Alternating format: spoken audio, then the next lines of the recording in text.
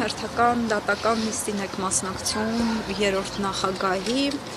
առհասարակ երկար ժամանակ մասնակցում եք այս դատական նիստերին, դատական պրոցեսին, դուք ինչ ակնկալիքներ ունեք? Դատական նիստերի չենք մասնակցում, մենք մասնակցում ենք քաղաքական հետապնդումների, ականատես ենք լինում այս քաղաքական հետապնդումներին, որպես վկա ենք հանդես գալիս տեղ, թույլ տվեք ասեմ, որ անկարողության եւ նաև որևէ հնարավորություն չունենալով այս ամեն ինչին խոչընդոտել, ուղղակի գալիս այսպես տեսնում ենք, թե ինչքան հեռուն կարող է գնալ նիկոլական ապարատը հայ ժողովրդին հաղթանակներ պարգևած անձանց նկատմամբ, որքան է Նիկոլ Փաշինյանը ատում ցանկացած պետականության հետ կապ ունեցող Հայաստանի պետական գործչի, այս դեպքում նախագահ Սերժ Սարգսյանին, որքան ինքը տանել չի կարողանում պետականությունը ու դրա համար իր ասած այդ վնգստացող դատավորներով ստեղծել է մի համակարգ, Նիկոլա Ստրուկ համակարգ, որ իրեն ծառայում է այն աստիճանի անբարոյականության հասնող հրահանգներ կատարելով, որ պահին, որ այդ SMS-ի մեջ կլինի այդ անբարոյականության հստակ հրահանգը տրված։ Իրենք շատ պարզ մեզ բանաձև են առաջարկում, դրանից անդադար ցնցումների մեջ են ընկնում, որ ասում ես, բայց ըստ էության ճշմարտությունը հենց դրա մեջ է, դրա համար էլ տանել չեն կարողանում։ Իրենք հայ ժողովրդին առաջարկում են հետևյալ բանաձևը։ Այն ընթացքում, որ իրենք Էրդողանի եւ Ալիևի մոտ կզած ծախում են հայկական պետությունն ու ինքնությունը, հայ ժողովուրդը այդ ընթացքում պետքա գոհ ու շնորհակալ լինի, որ նիկոլական բանդան օրինակ իրան միայն հայհոյում թիրախավորում է, որտեղ դրա փոխարեն կարող են նախընտրել ծեծի ենթարկել ու խոշտանգել։ Այն Հայաստանի քաղաքացիները, ովքեր ծեծի են ենթարկվում ու խոշտանգվում են, պիտի շնորհակալ լինեն, որտեղ նիկոլական բանդան կարող է ցանկանալ քաղաքական հալածանք կազմակերպել, ինչպես այս քաղաքական հալածանքն է կամ ինչպես օրինակ Սրբազանի վրա ահաբեկչություն կարելն է։ Եթե ահաբեկչություն են կարել, ուրեմն էլի գոհ եղեք, որտեղ վերջի վերջո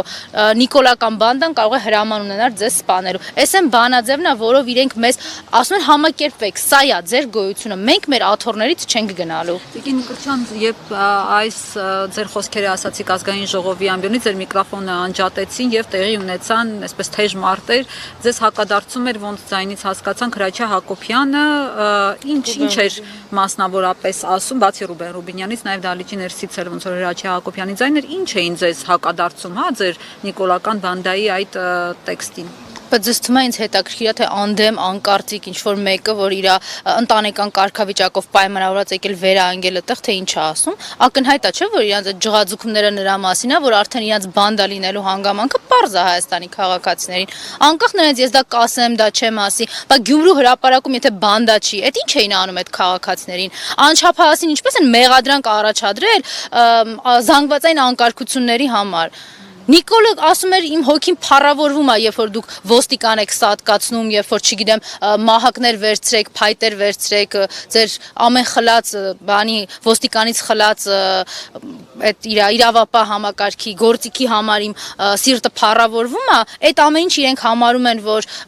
զանգվածային անկարգություն չի եւ իրանց դհոլչի դատախազը գնաց մինչեւ վճռաբեկ ապացուցելու, որ դա զանգվածային անկարգություն չի։ Իսկ այն անչափահասը, որ հայտնվել է Գյումրու հրապարակում, այնքը 2 օր առաջ զանգվածային անկարգությունից չի տակրում իրանք ինչ են ասում, ինչ վերաբերվում է այդ մյուս ձեր նշածին այդ ազգային ժողովի նախագահությունում վերընկածին, բա Թուրքիայում ինչ պիտի սովորել։ Այսինքն մարդ էս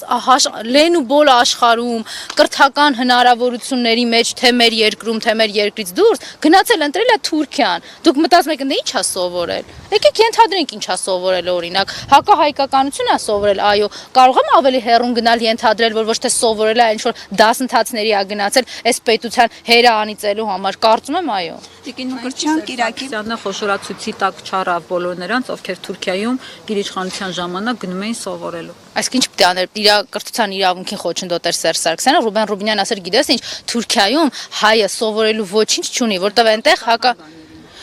Ուրեմն ինչ վերաբերում է, եթե 2018 թվականին դուք նկատի ունեք այդ ընթացքի մասին ես շատ եմ խոսել, այն ճշմարտությունը, որ ասվում էր, լսելի չէր մեր հասարակությանը, իսկ այն հիմքերը մենք քաղաքական հետապնդումների որևէ մեկին չենք ենթարկել եւ Սերժ Սարգսյանը Ռուբեն Ռուբինյանին քաղաքական հետապնդումների չէր ենթարկել, օրինակ խոսքի համար բանտարկեր, փռեր ասֆալտին, ինչպես իրենք են անում հիմա տասնյակ քաղաքական բանտարկյալների հետ։ Հետևաբար այդ օրինակը մեր վրա կիրառելի չի եւ Սերժ Սարգսյանի ժողովրդավարական սկզբունքներով երկրի կառավարումը հնարավորություն է տվել յուրաքանչյուրին արտահայտելու իր միտքը եւ պլանավորելու իր վարքագիծը, թող իրենց խղճին մնա, թե իրենք օգտագործելով այս կամ այն ՀԿ-ն, քողարկված գործունեությունը արդեն ինչքանով են մեր երկրին ու մեր պետությանը վնասել։ Կիրակի օրը նախատեսվում է պատարակ Հովնանավանքում, որտեղ կարգալույս եղած քահանան պետք է այդ պատարակը մատուցի։ Նիկոլ Փաշինյանն էլ մասնակցելու է, դրա վերաբերյալ հայտարարեց նա Facebook-յան իր էջում։ Տիկին Մկրտչյան, այս վտանգավոր իրավիճակը ինչ զարգացումներ կարող է ունենալ։ Սա այն նույն տրամաբանությունն է, ինչպես օրինակ 2018-ին ասում էին, որ ամենամեծ խնդիրը մեր երկրում, մեր բանակում այն է, որ ելակ չեն ուտում, հետո պարզվեց, որ այդ ելակ չուտելը ընդհանրապես ոչ մի կապ չունի, դա քողարկված այն իրականությունն էր, որի հետևում պիտի թաքնված լիներ 5000 հայորդու կյանքը։ Հայ առաքելական եկեղեցին հիմա ունի բարեփոխումների կարիք, չէ, խնդիրը ընդհանրապես այդ չի, հայ առաքելական եկեղեցին չունենալու մասին է խոսքը։ Նիկոլ Փաշինյանը մի հատ սեկտանտի նման պատրաստ է ամեն ինչին տուրք տա եւ ամեն ինչ կազմակերպի նաեւ, միայն նրա համար, որ հայկական ինքնության հենասյուները ուղղակի փլուզի, եթե մի 4-5 տարի առաջ ես իմ խոսքերը ասելու համար պիտի ինչ-որ անուղղակի օրինակներ բերե, հիմա շատ ուղղակի են այդ օրինակները։ Հայոց ցեղասպանության ուրացում, Մեսրոպ Մաշտոցին պետք է QR-ով բացենք նայենք, ընդ որում դրան զուգահեռ նաև դպրոցում չի կարելի լինելու, այո, էլեկտրոնային գադջետներ, որոնք հնարավորություն են տալու այդ QR-ը բացել, այսինքն Մեսրոպ Մաշտոցն էլ չկա Հայոց Արարատը, այո, շնորհակալ եմ, պետք է արդեն բանով, այն ծառերը, որ տնգում էր Կիրանցում, որ ադրբեջանցուն չտեսնեին, հիմա կտնգեն, որ Արարատը չտենանք, չգիտեմ այդ ինչ բարձրության ծառ պետք է լինի, բայց երևի թուրքերը այդ հարցն կկարգավորի, Հայաստանի պատմություն, այսինքն հայոց ինքնության գոյության ընդհանրապես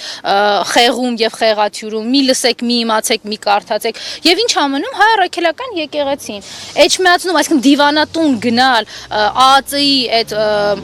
ես իմ ինչ հանդերձանքով Սրբազանին բերման ինչի որ ծանուցագիր տայն չէր գնալու, չէ, իրանց ծանուցագիրը պետք չի, իրանց ցուցադրական պատժիչ տեսարաններ են պետք Հայաստանի բոլոր քաղաքացիների նկատմամբ, անկախ իրենց ունեցած կարգավիճակից եւ հասարակությունում ունեցած դիրքից, իրենց ստորացնել եւ նվաստացնել է պետք հայ ժողովրդին։ Իրենք դրանով են զբաղված, գիտեք, ազգային ժողովում են այդ նույն բանը անում, Երևանի փողոցներում են անում, մարզերում են այդ նույն բանը անում, Էջմիածնում են անում, Հովանավանքում են դրա համար կազմակերպելու այդ իրանց ծաղրանքը ցավոք սրտի, բայց եկեղեցի ներսում են կարողանալու դա ստանալ, վստահ եմ։ Ճանապարհներ եք տեսնում։ Նիկոլին վռնդելու, միայն Նիկոլին վռնդելու։ Նույնիսկ ես թույլ տվեք ավելի անկեղծանամ ու ասեմ, իմ ստեղ գտնվելը, այս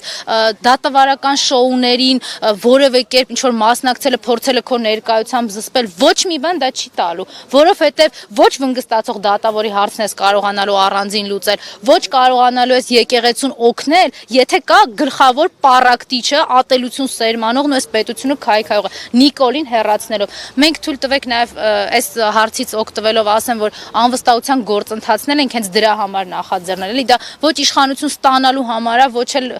մեր, չգիտեմ, այս պետությունը այն վիճակում չի, որ խոսես ինչ որ լրացուցիչ շահագրգռվածության մասին։ Յուրաքանչյուր Հայաստանի քաղաքացու սուբյեկտիվ իրավունքն է եւ իրավունքներից ու շահերից է բխում ուղղակի Նիկոլի չլինելը, որովհետեւ պարզ բան եմ ասում, մենք հասել ենք այնտեղ, որ Նիկոլը պետք է չլինի, որ Հայաստանի քաղաքացու կյանքի իրավունքը ապահովված լինի։ Տիկին Մկրտչյան, շատերը մտավախություն են հայտնում, որ շուտով կարող է նաև վեհափառը կալանավորվի։ Ինչ եք կարծում, կգնան այդ քայլին մոտակա ժամանակներում։ Ես մոտակա ժամանակների մասով գուշակություններ թույլ տվեք չանեմ, բայց ես ձեր եւ քաղաքացիներին նաեւ մտահոգությունը կիսելու եմ, իհարկե այդպիսի բան լինելու է։ Նախապատրաստական աշխատանքները տեսնում է, իր այդ Նիկոլա Ստրուկ իրավապահ համակարգին ուժայինների ստուգումը, զգոնությունը, ով ինչքան հրաման կատարեց, ով ավելի մեծ ինտուզիազմով այդ հրամանը կատարեց, այդ հավելավճարները կավելացնի, հենա պետական պարտքը աճում է, գիտեն որտեղից պետք է այդ փողերը տան, երևի արդեն թուրքական ու ադրբեջանական հենց արժույթով էլ կտան այդ փողերը ու իր համար այստեղ որևէ խնդիր չկա, ինքը որևէ կերպ չունի էմոցիոնալ կամ ինչ-որ զգացական պահ, բա ոնց կարամ ես տենց մտնեմ էջմիածին, շատ հանգիստ, որտեղ ինքը հայ ժողովրդի էմոցիոնալ եւ ինքնության հետ կապված որևէ զգացական կապ չունի։ Այո, ինքը պետք է գնա նաեւ էջմիածնում ցույց տալու, որ ինչ ինքնության մասին եք դուք խոսում, ինչ հայկականություն, ինչ հազարամյակների եկեղեցի։ Փաշազադեն չի ասեմ մսկիթները պետք է վերականգնենք, կարող է մայր տաճարը պետք է մսկիթ սարքեն, կարող է տենց է հանդիպման վերջի հանդիպման ժամանակ Ալիևի հետ տենց են պայմանավորվել։ Փողոցային պայքարը երբ է լինելու, որովհետև Սերժ Սարգսյանը Ծիծեռ Հակաբերդում ասել էր, որ կլինի փողոցային պայքար։ Նախագահը այդպես չէր ձևակերպել, խոսել էր նրա մասին, որ պայքարը անընդհատ է եւ մենք մշտապես հանրապետականը ունի ծրագիր, ծրագրով է առաջնորդվում, բայց ես ձեզ հետ համամիտեմ, այդ փողոցային պայքարը պիտի լինի, որովհետեւ բազմիցս եմ ասել, առանց հակազդեցության սրանք չեն գնալու։ Սրանք ձևավորված բանդա են, իսկ բանդան միայն հակազդեցությամբ են կարողանում հեռացնել, որը պիտի բերի նաեւ ազգային ժողովում անվստահության գործընթացով ավարտվի։ Պատրաստվում ենք, ես հույս ունեմ, որ այն պայքարը, որ այս 7 տարիների ընթացքում հանրապետական կուսակցությունից տեսել է Հայաստանի քաղաքացին, շարունակական է լինելու, մենք նույն վճռականությամբ ու կամքով չնայած այս բռնաճնշումներին շարունակելու ենք աշխատել։ Շնորհակալություն։ Այտենց չեն ասել փողոցում։